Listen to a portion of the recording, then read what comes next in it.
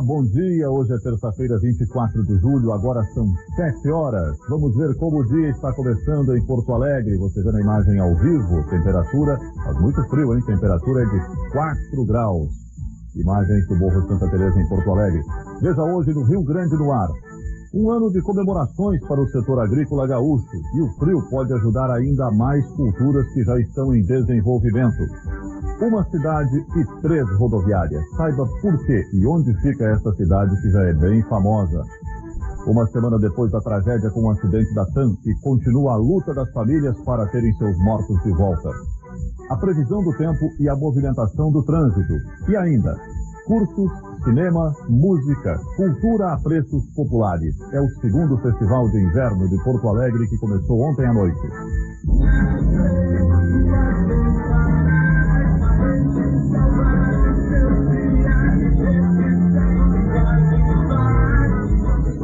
Agora, aqui no Rio Grande do Ar.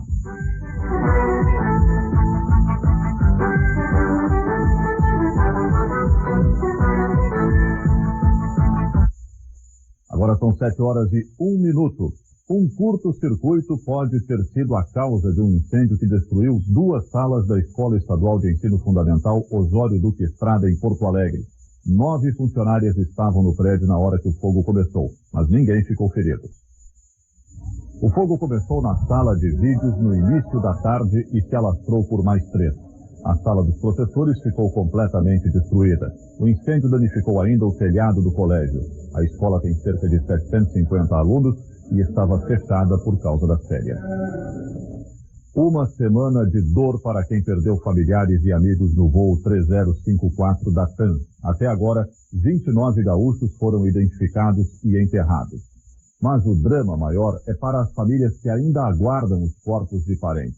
Para ajudar na identificação, parentes fazem exames de DNA. As amostras genéticas coletadas em Porto Alegre podem auxiliar na confirmação das identidades.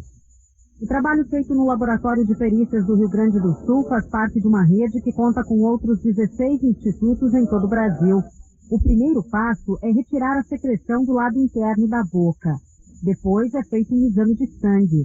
Nós estamos tomando uma medida preventiva, né? E as vítimas que não foram identificadas por outros mecanismos de fora DNA, então os seus familiares já vão ter o seu perfil genético prontos, aguardando para confronto e identificação futura. Depois de feita a coleta, o material é trazido para esta sala onde é realizada a análise. Em 48 horas é obtido o DNA dos parentes. Até agora, 14 famílias de gaúchos que estavam no voo 3054 já fizeram os exames. O laboratório, que atende gratuitamente, fica aberto das 7 horas da manhã às 7 da noite. Fora deste horário, os familiares estão fazendo os exames no Instituto Médico Legal. Essas amostras, então, elas passam por um processo de extração de DNA. Esse DNA, então, ele é analisado através de marcadores moleculares. E esses marcadores, então, geram um perfil que individualiza cada um, né, em cada um dos parentes. A filha de seu Loemir, Andréia Rota, de 39 anos, estava no avião da TAM que colidiu. Hoje, ele superou a dor da perda e veio fazer os exames na tentativa de identificar o corpo da filha. É a única maneira. É a única maneira, não tem outra. Acho que já os corpos que iam ser identificados visualmente já foram. E agora resta essa última chance. Esperança também para a dona Maria Leonir. Ela viajou 130 quilômetros até a capital gaúcha só para fazer a coleta. O corpo do filho dela, Paulo Roberto, também aguarda identificação. É uma passagem muito dolorida. A gente não tem mais palavras, já não sabe mais a que recorrer, ao que fazer. Mas que acredite o que tem acontecido. Realmente, uma dor insuportável. Que a gente está, na verdade, ganhando tempo, tentando agilizar e dar uma resposta o quanto mais rápido for possível para esses familiares que estão, né, tão ansiosos e estão já fragilizados com a situação. Esse é um dos destaques de hoje do Correio do Povo, que já está circulando em todo o estado. O IGP coleta material para apressar identificação. Está aqui na capa do Correio do Povo. Também no Correio do Povo de hoje, caixa preta do Airbus causa polêmica. Aqui está na matéria que você lê na capa do Correio do Povo e nas páginas 5 e 6 também. Deputados dizem nos Estados Unidos que o piloto não tentou arremeter e sim parar o avião. A aeronáutica nega e afirma que o exame do material é demorado. Todos os detalhes no Correio do Povo de hoje. O maior complexo industrial de fumo do mundo fica em Santa Cruz do Sul. Mas depois que o Brasil assinou a Convenção Quadro para controlar o consumo do cigarro, as milhares de famílias que vivem da plantação do fumo procuram alternativas de cultivo. A principal atividade econômica de Santa Cruz é o fumo. 3.500 famílias dependem do cultivo do produto, uma tradição que veio com a colonização dos imigrantes alemães. Os produtores de fumo continuam investindo, hoje investindo cada vez mais em tecnologias novas, com produtividade cada vez maior do que já no passado, com qualidade melhor, que o nosso mercado do fumo com qualidade é aquilo que mantém o mercado internacional. É também em Santa Cruz que está o maior complexo industrial de fumo do mundo. Nele funcionam 7 grandes empresas que geram 15 mil empregos diretos e indiretos. Naturalmente, aqui para a cidade, o fumo é extremamente importante. Ele representa mais de 70% da arrecadação dos impostos para a cidade. O nosso principal é o processo do fumo, e nós depois destinamos 85% desse processo exportado para em praticamente 100 países de todo o mundo. Mas em 2004, o Brasil assinou a Convenção Quadro para controle do tabaco, que tem o objetivo de erradicar o consumo de cigarro no mundo. Por isso, alguns produtores de fumo começaram a investir em outras culturas. Sérgio Reis agora também planta 4 hectares de verduras. Mais uma alternativa de renda, porque às vezes eu consigo tirar a renda praticamente o ano todo e dar mais segurança à propriedade. O fumo vive esse problema, mas o ano é de comemoração para o setor agrícola gaúcho. Super safra, preços melhores, principalmente na soja e no arroz, deixam o setor mais otimista depois da crise de 2005 e 2006. O inverno mais rigoroso também traz benefícios para o trigo, uma cultura que se desenvolve melhor no frio. O estado também conquistou a liderança na produção de cevada, com 135 mil toneladas. Para falar sobre este momento e as perspectivas da agricultura, está com a gente aqui no Rio Grande do Ar o coordenador da Comissão de Grãos da Federação da Agricultura, Jorge Rodrigues. Bom dia. Bom dia. Bom, o Rio Grande do Sul está alcançando em 2007 o 3º lugar, atrás do Paraná e do Mato Grosso, na produção de grãos. A agricultura gaúcha está saindo da crise, finalmente? Eu acho que é um ano de comemoração da produção. Eu acho que a produção esse ano foi muito boa, nós tivemos uma safra muito importante. Mas a agricultura em si, o produtor especialmente, está em uma situação de crise. O que ainda falta resolver? Nós temos um problema de endividamento, nós tivemos 3 safras com problemas, 3 safras onde tivemos frustração, 2 por questão climática e 1 por questão de comercialização. E esse passivo vem sendo carregado. Então hoje é um estoque de endividamento que precisa ser recuperado. E o produtor hoje sente essa dificuldade e de se lamentar. Um ano onde os preços de mercado internacional estão muito bons, altos, e o produtor com uma produção bastante elevada, um recorde de produção de soja no Rio Grande do Sul. Nós estamos vendo algumas imagens aí de plantio e de colheita, né? Essa é de plantio, né? Está preparando a terra para plantar, exatamente. Pois não. O senhor falava de soja, então a soja está com preço bom hoje, dá para o mercado internacional está garantindo um preço bom da soja? Olha, historicamente, o melhor preço do mercado internacional, com longevidade, como esse ano nós não tivemos outros. Tivemos até preços mais elevados, mas momentâneos. A 30 reais, então de 30 reais a taxa. Hoje está comercializando a faixa de 30 reais de preço pago ao produtor. Mas estamos com dólar, hoje é acima de 9 dólares o bushel. O preço sempre foi comemorado quando se ultrapassou a 6 dólares o bushel, vai ser comemorado. Mas, em função dessa taxa cambial, o grande problema hoje que está se enfrentando é uma defasagem no que se está oferindo na produção, o custo dessa produção. O que precisa, então, para resolver, para ter uma perspectiva melhor, já que a safra foi boa? Bom, nós precisamos ter uma política definida com garantia de rentabilidade ao produtor. Onde uma safra como tivemos esse ano, ela tem que deixar margem de ganho suficiente para garantir os compromissos que o produtor assumiu para produzir essa safra e também para garantir sua sobrevivência e o seu crescimento. Muito bem. Jorge Rodrigues, muito obrigado pela sua vinda aqui ao Rio Grande do Norte. Um bom dia, senhor. Falando em agronegócio, o Grupo Record reuniu ontem à noite autoridades e lideranças do setor agrícola no jantar Encontro com o Agronegócio do Rio Grande do Sul. O presidente do Sistema Guaíba Correio do Povo, Jerônimo Alves Ferreira, reiterou o compromisso da empresa com o setor, afirmando que essa é uma das bandeiras da Record. Essa safra recorde em algumas lavouras ocorreu graças ao clima. E agora, na produção de inverno, o frio tem sido bom também, Aline? Bom dia. Bom dia, Sérgio. Tem sim. Esse frio rigoroso que nós estamos tendo contribui para o desenvolvimento das culturas de inverno, como a de trigo. Segundo a Emater, a reposição de umidade no solo, o frio com formação de geadas, favorece então os estágios iniciais da planta. O frio também contribui com o controle de pragas e insos. Mas uma notícia em relação à próxima safra é que os meteorologistas estão monitorando o fenômeno Laninha. Isso representa uma primavera e um verão com chuvas escassas. Alguns especialistas falam até em quebra de safra e sugerem então que o agricultor antecipe o plantio. Mas ele pode encontrar um outro problema, encontrar uma onda de frio ou até mesmo geadas tardias. Então, para as culturas de verão, como a previsão é de menos chuva, elas podem ficar prejudicadas. Agora, nos próximos dias, nada de chuva por enquanto. Vamos ver no mapa a previsão. Amanhã pode ocorrer geada em grande parte do estado. À tarde, o tempo abre. A temperatura segue baixa e o vento aumenta a sensação de frio, mínima de 2 graus em Uruguaiana. Na quinta, mais geada ao amanhecer e sol à tarde.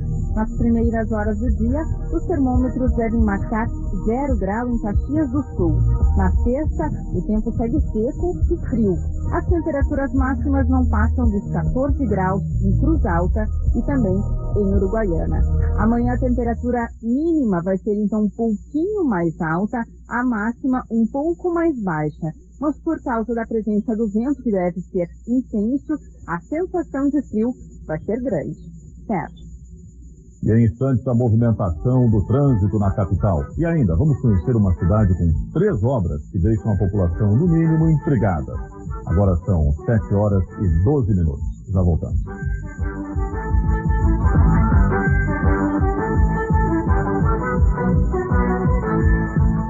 Senhoras e senhores, aproveitem o Leva Tudo 2007.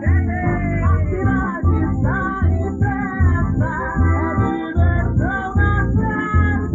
Nas ruas, nos shoppings, as lojas estão cheias de oferta. Leva Tudo 2007, o maior espetáculo de oferta. De 23 a 29 de julho, patrocínio SBT e Banrisul. Realização 5 lojas de CDI.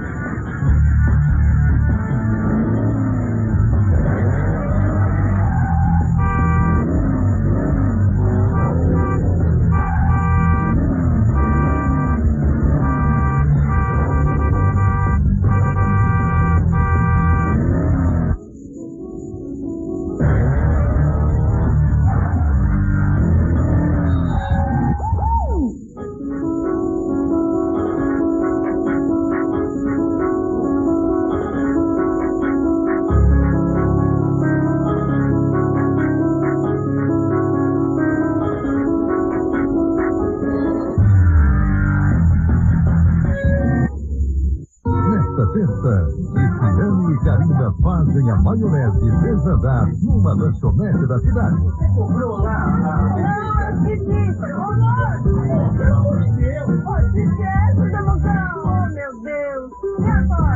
Um que está prestes a virar o porquinho mais fashion do interior. Nesta terça, logo após Vindas Opostas, com mais Mudando de Vida.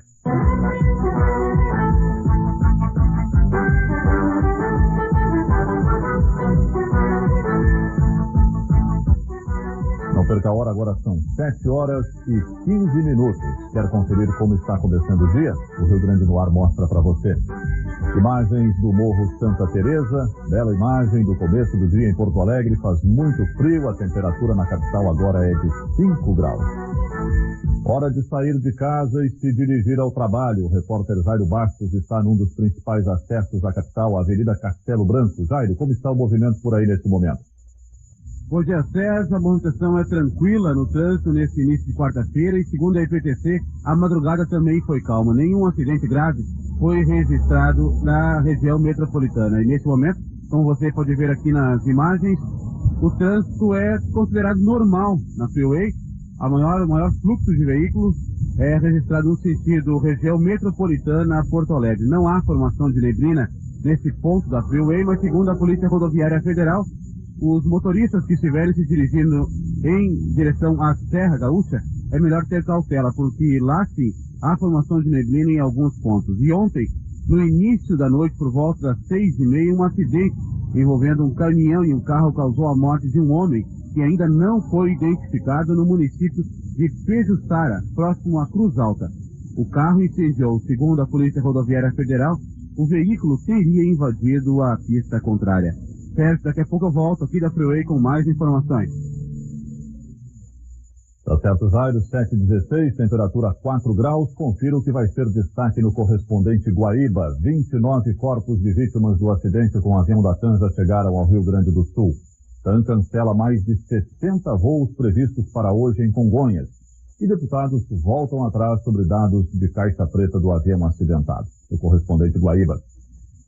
A cidade do sonho e da água ardente, mas também é conhecida por uma curiosidade bastante estranha. O repórter Antônio Sacoboli foi até Santo Antônio da Patrulha e, entre tantas histórias e obras que fazem parte da cidade, uma, bem atual, é no mínimo intrigante.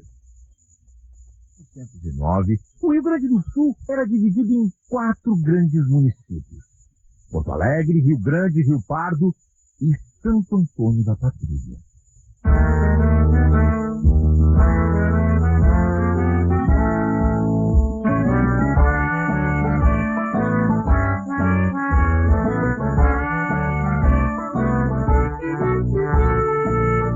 Museu Caldas Júnior, em Santo Antônio da Patrulha. Aqui nesse museu, o quarto da donzela. Um quarto com apenas essa fresta e sem janelas, para que a donzela pudesse se manter pura e casta até o seu casamento.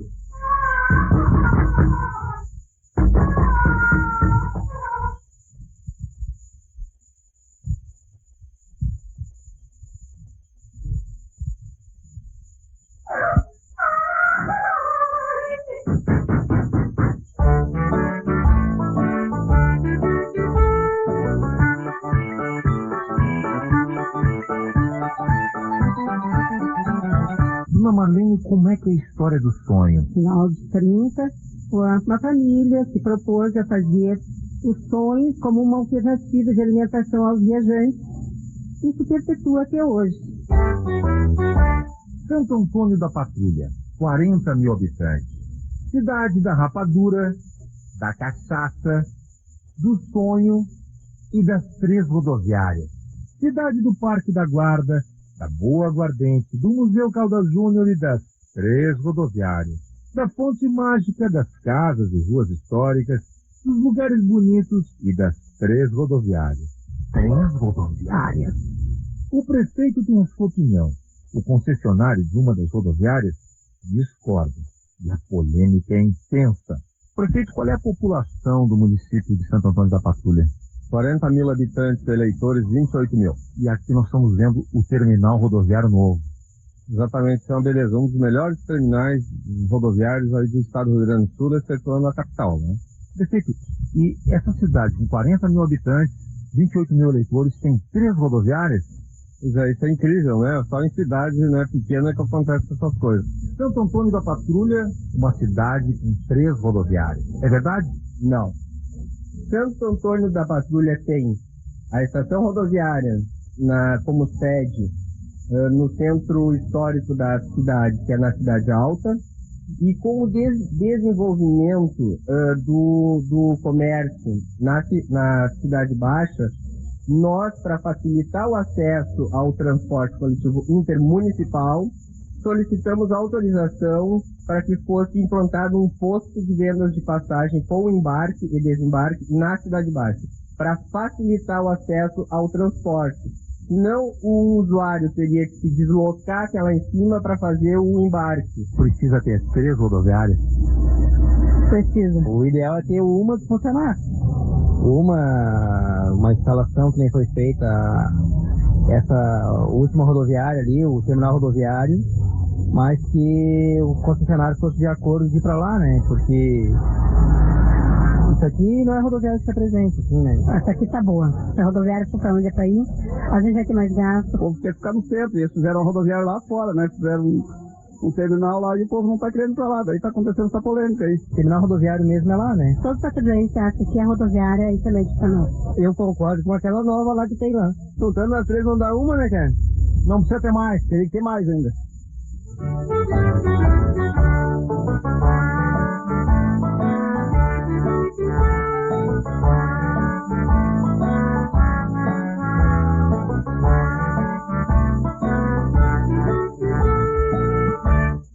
Essa é a fonte de Santo Antônio da Patrulha. Dizem que quem bebe dessa água ou acaba ficando aqui para sempre, ou acaba casando com uma moça da cidade.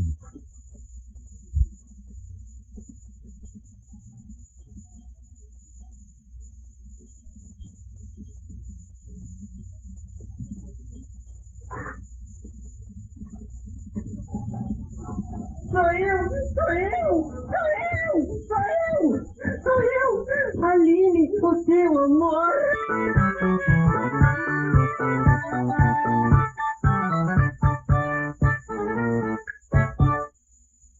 Esse é o Sacomori. Se você quer sugerir uma pauta, anote o e-mail sacomori@rederecord.com.br.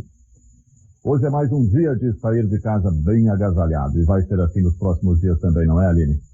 Isso mesmo, Sérgio. É que depois da chuva do fim de semana se estabeleceu, então, aqui no estado uma massa de ar polar. Até o fim da semana, outras 2 massas de ar polar devem chegar até o território gaúcho. Então, por isso, os dias seguem frios e na parte da tarde a temperatura também não consegue subir. Vamos ver no mapa os detalhes para algumas cidades. Em Porto Alegre, o tempo segue seco. Amanhã, mínima de 5, máxima de 11 graus. Em Passo Fundo, as temperaturas ficam ainda mais baixas. Os termômetros podem baixar para 0 grau nos próximos dias. Em Santa Maria também pode gear, e amanhã máxima de 12 graus. Em Bagé, os termômetros não passam dos 19 nesta quarta-feira. E no sábado, a mínima deve ser de 3 graus negativos. Em Santa Cruz do Sul, os campos também devem amanhecer cobertos de gelo e muito frio. E tem gente, Sérgio, falando em neve para os campos de cima da serra. Daqui a pouco a gente volta com os detalhes.